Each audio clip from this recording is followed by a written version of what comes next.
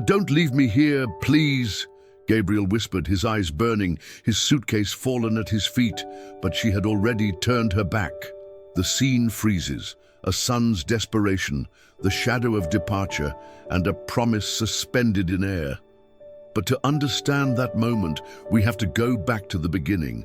This isn't just a story, it's an echo of thousands of lives. Have you ever wondered what you'd do for someone you love? What would you sacrifice? Prepare to be moved, because Cristóbal's journey goes beyond the unimaginable. Tap the link below to immerse yourself in this epic tale of love, loss, and rediscovery. This content is a work of fiction inspired by real testimonies. We do not promote migration under unsafe conditions. Thousands have lost their lives in risky crossings. We advocate for legal, safe, and humane routes. This story seeks to generate empathy and reflection. Cristóbal was always a man of few words, yet his feelings reverberated in his soul like thunder. His days in El Salvador were a routine woven from simple habits and automatic gestures, marked by the humid heat that clung to his skin and the scent of fresh coffee that permeated the morning air, inviting him to another day of toil. He worked from dawn, helping his father in their small cornfield, feeling the dry, rough earth beneath his calloused hands, the relentless sun punishing his neck and shoulders. Each sunrise brought the promise of another day of physical exertion and a flicker of hope for a future that always seemed one step out of reach.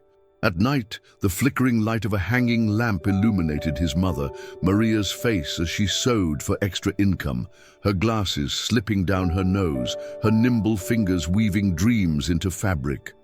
It was on her that his eyes settled with devotion, on her that his concern fixed like an invisible heavy anchor, preventing him from dreaming of anything else. Maria, in her 50s with hair already flecked with white strands that told tales of life and sacrifice, was Cristóbal's bedrock. She possessed a quiet resilience, a smile warmer than the midday sun, capable of calming any storm in his heart. But when the persistent cough began, a dry, worrying sound that tore through the night's silence, followed by a fever that wouldn't break, her strength began to crumble, and Cristóbal's heart squeezed into a tight knot. He watched her waste away, losing the sparkle in her eyes, her strong voice transforming into a fragile whisper. Local doctors, with their limited resources and visible helplessness, had given a vague, terrifying diagnosis. Something serious in her lungs. We need more expensive tests, specific treatments we don't have here. The words echoed in Cristóbal's mind like an alarm bell, each syllable sounding louder than the last, a somber omen. The cost, an insurmountable barrier, seemed to condemn his mother as she slowly faded before his eyes, losing the vibrancy and light he cherished. It was then that the idea began to germinate, silent and persistent, like a seed in the desert determined to sprout.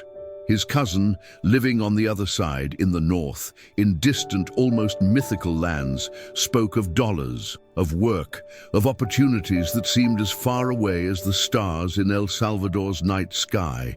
At first, it was just an unreachable fantasy, a delirium of his exhausted mind. "I'll save money, Mom. I'll take you somewhere they can heal you," he thought, though the voice felt weak even to himself, a timid whisper against the overwhelming reality. With each call, each audio message he received from his cousin, the idea solidified, gaining form and urgency, transforming from a distant dream into a concrete plan. He heard about the hardships, yes, about the biting cold, the aching loneliness, the dangers lurking around every corner, whispered urban legends that chilled his blood. Yet he also heard about hope, the chance for a better life, for a future where his mother could breathe without pain, free from illness. Hesitation was a knot in his throat, tightening with each sunrise that brought him closer to the decision. Leaving meant abandoning everything, the comforting warmth of family, the food he knew, the smell of rain-soaked earth, his father's steady embrace. It meant plunging into the unknown, trusting strangers, confronting dangers he'd only heard whispered, stories that made his blood run cold. But the image of his mother, growing paler by the day, her sibilant breathing tearing at his heart like a blade, overcame any fear, any doubt. Uncertainty was a slow poison, but love was a powerful antidote, the only force capable of moving him. One night, as she slept in restless sleep, he watched her. The lines of worry etched on her face, her chest rising and falling with difficulty, her skin thin and almost translucent. "I can't leave her like this," he murmured into the wind that slipped through the open window. Feeling the urgency burning in his chest, a consuming flame that propelled him forward. He wasn't one to display emotion, his features a shield, but his clenched jaw, his gaze fixed on the empty darkness of the room, and the hands nervously massaging his own arm, spoke more than 1,000 words. Anxiety was a ravenous beast, gnawing at his insides, devouring his peace and his sleep. The day of departure arrived in a heavy, almost oppressive silence, laden with unspoken goodbyes. His mother, lying in bed, her voice frail, barely a thread of sound, extended her hand. In it, an old yellowed photograph showing a young Cristóbal and a smiling Maria, and a note scribbled in her trembling hand, "No lo hagas por mí." Her eyes, however, spoke another truth. They spoke of unconditional love, of sacrifice, of a pain she tried to hide behind a weak, almost lingering smile. Cristóbal pressed the photo to his chest, feeling the paper's warmth against his skin, a small flame of hope amidst the darkness. It wasn't about wanting to go, it was about needing to. His fate was sealed, the decision made, with no turning back. He kissed his mother's forehead, a kiss that carried the weight of a promise, of a farewell he didn't want to be eternal, but deep down knew it might be. He turned his back, the scent of home still lingering in the air, a mix of memories and an uncertain future. And the only sound was his own hurried breathing, echoing in his ears, each breath a stark reminder of his mission. The crossing began in a sepulchral silence, so dense it seemed to crush the soul. Every step was an arduous effort, every breath a silent prayer. No one spoke. Not the footsteps sinking into the soft sand, making progress agonizingly slow. Not the wind blowing fine dust into their faces, blinding and irritating them. Not even the children clinging to their mother's legs, their eyes wide with fear and exhaustion, their faces streaked with dirt and unshed tears. The only audible sound was their own ragged breathing, desperate not to panic, trying to control the erratic beat of their hearts. I had never felt such dread of the ground beneath my feet. The sand burned my soles, a furnace beneath my worn, crumbling boots, and the past seemed to drain away with every grain that slipped between my fingers, as if the earth itself wanted to erase who I was. With every mountain we scaled, elbows and knees raw, we lost something.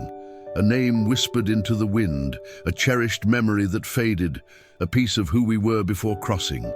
My throat was raw, like sandpaper, my tongue dry and stuck to the roof of my mouth, a constant agony that even the rationed water couldn't alleviate. With every step, the pain in my soles was a cruel, insistent reminder of what was at stake, transforming my body into a temple of suffering. My body, a broken machine, struggled to push forward, every muscle throbbing in protest. The coyote, a man with vacant eyes and a sparse-toothed grin, claimed this was a new route, safer, far from the watchful eyes of Border Patrol.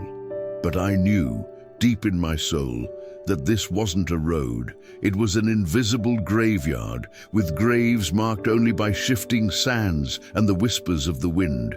People vanished overnight, swallowed by the darkness and fear, as if the desert claimed them as its own. One woman was left behind because she fainted, her limp body surrendered to the earth, a small heap of cloth and flesh. A boy cried out for water as if calling for his mother, his childish, desperate voice tearing through the oppressive silence of the desert. And no one could stop. The caravan of sorrow marched onward, relentless, without a backward glance. The sun, merciless and cruel, scorched our already burned skin, turning us into statues of despair, dehydrated and devoid of hope. The smell of sweat, dust and fear was constant, clinging to our clothes and our souls, a putrid cloud that followed us. One night, a man beside me, who until then had seemed as stoic as a rock, began to weep.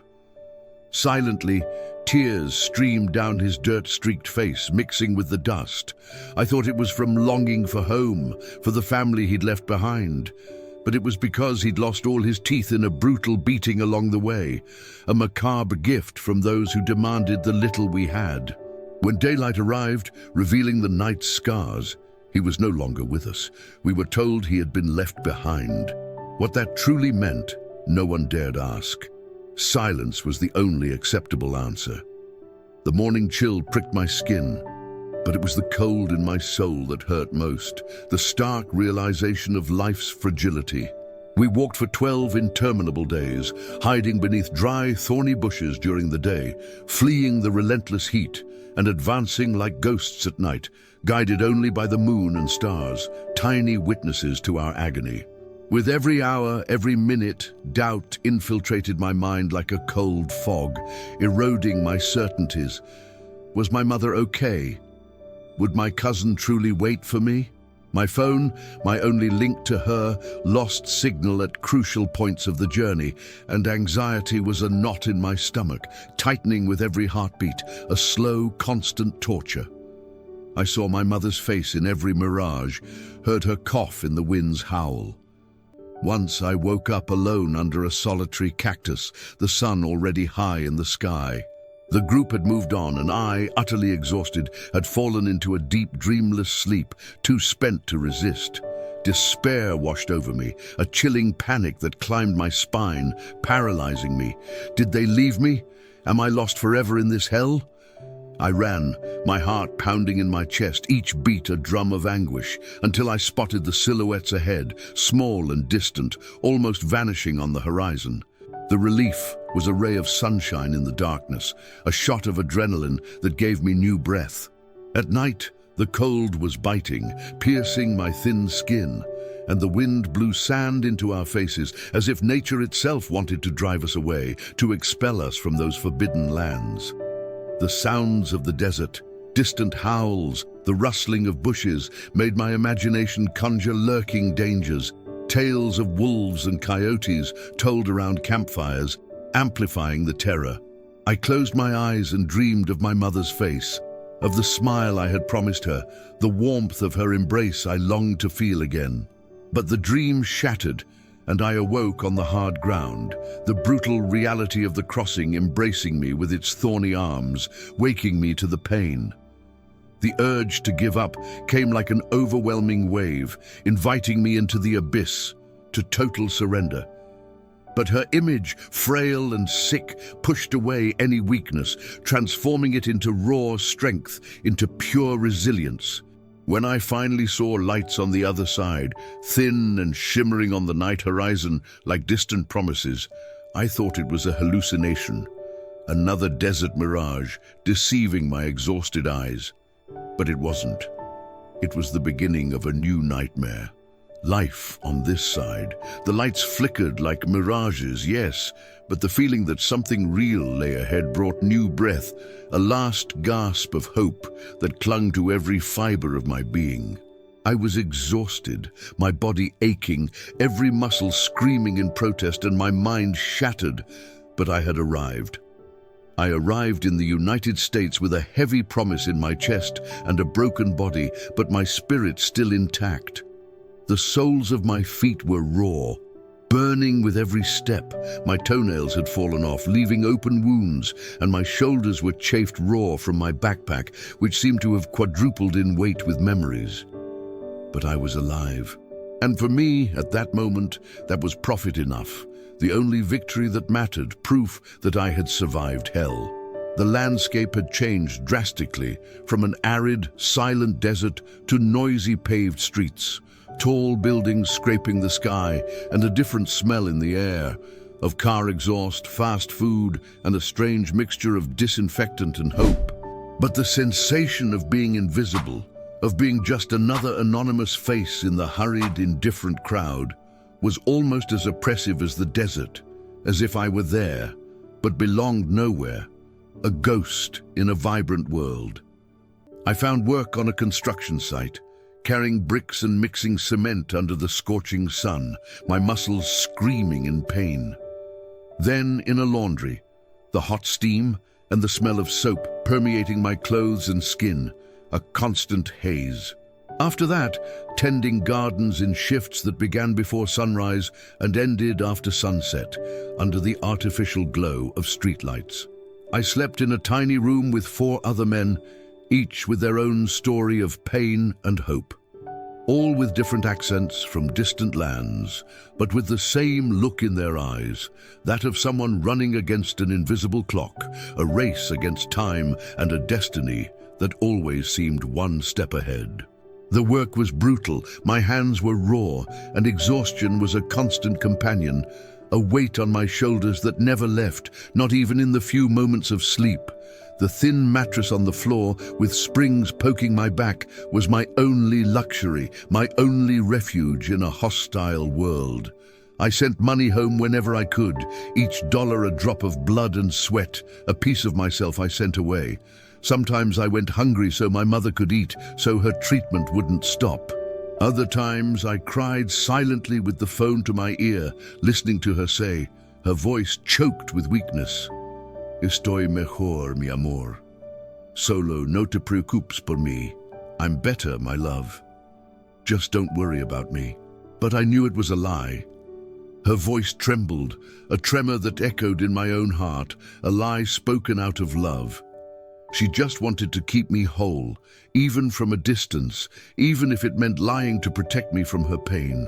The distance became a cold, impenetrable barrier, and her words, an echo of a truth I refused to face, a truth that tore me apart inside. The smile in the photo she'd given me seemed increasingly distant, belonging to another life, a past that slipped through my fingers. The idealization of my arrival, of my triumphant return with a solution to all problems, crumbled with each call, with each cough I heard on the other end of the line, a macabre melody. For a year and a half, I counted every cent, every coin, with a sick obsession, jotting everything down in a small notebook stolen from a construction site. I did calculations upon calculations, planning the future, each number a fragile hope. I dreamed of the day I would return with enough to save her, or at least to try to be able to say I did everything I could. My mind was a whirlwind of numbers and hopes, a countdown to salvation, to the reunion that drove me. I pictured myself walking through the door, my mother rushing to embrace me, relief painted on her face, healing in her eyes, a movie ending. But then came the knock. 3 ICE agents, in their dark uniforms and cold expressions, entered the parking lot where I worked, like shadows lengthening in the sun, plunging everything into darkness. They weren't looking for me, but for a colleague, a man I barely knew, a forgotten face. Still, they took 2. One of them was me.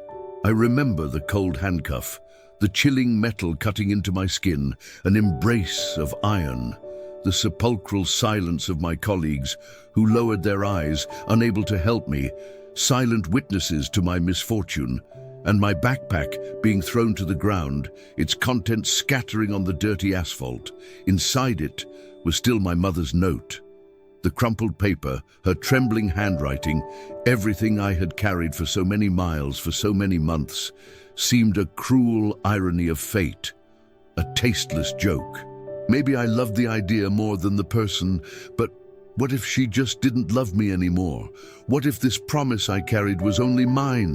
The question echoed in my head, a mental torture, the overwhelming emotional dissonance between what I expected and what I received. The feeling of loss was twofold: the freedom I sought and the purpose that had guided me there. I had sacrificed so much, risked my life, my soul, and now everything seemed to slip through my fingers like sand, a burning frustration. What would I do? How would I go on? The truth was a punch to the gut, a brutal awakening. I had to keep going, for myself, because there was no one left to fight for but me. The deportation was swift, brutally efficient, dry, without tears, without human warmth, like a clean cut on an open wound. No questions, no chance for explanation, no voice. My existence reduced to a number, to a mistake. Back in El Salvador, the feeling of displacement was greater than that of return. No one came to pick me up at the airport.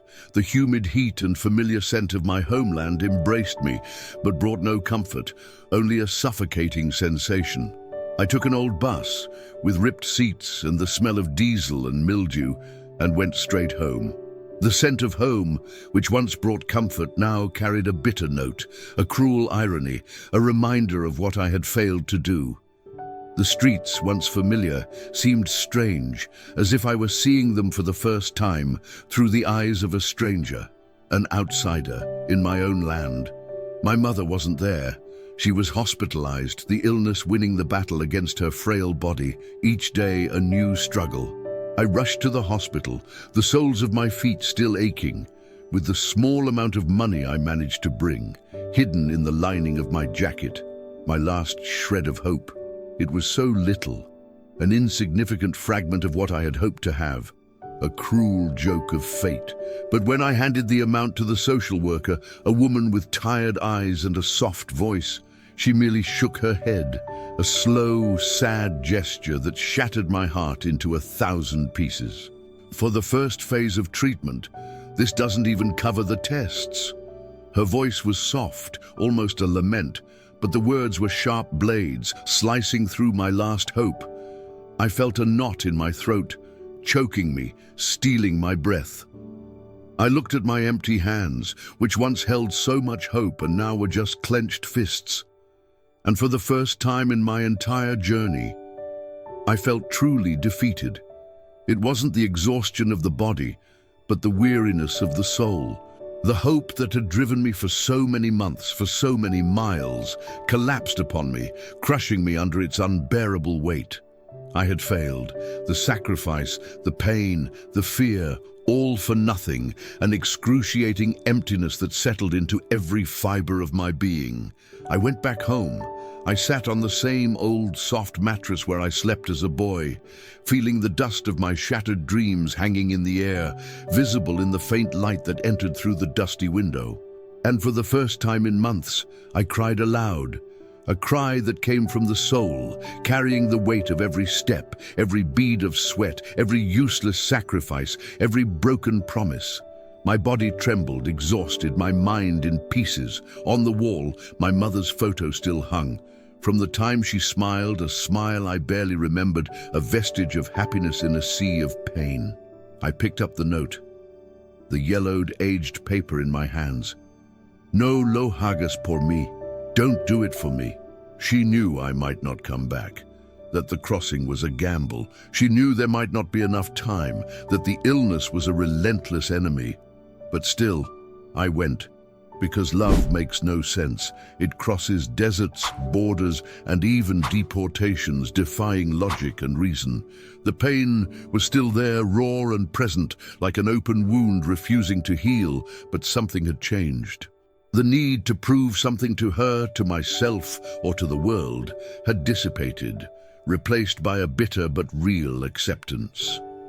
I had done what I could. Today, my mother is still fighting with the same quiet strength that always characterized her. Each day, a new victory. And so am I, with what's left of me after crossing. It wasn't the triumphant return I had imagined. There was no money to heal everything, nor to erase the scars the journey left on my soul.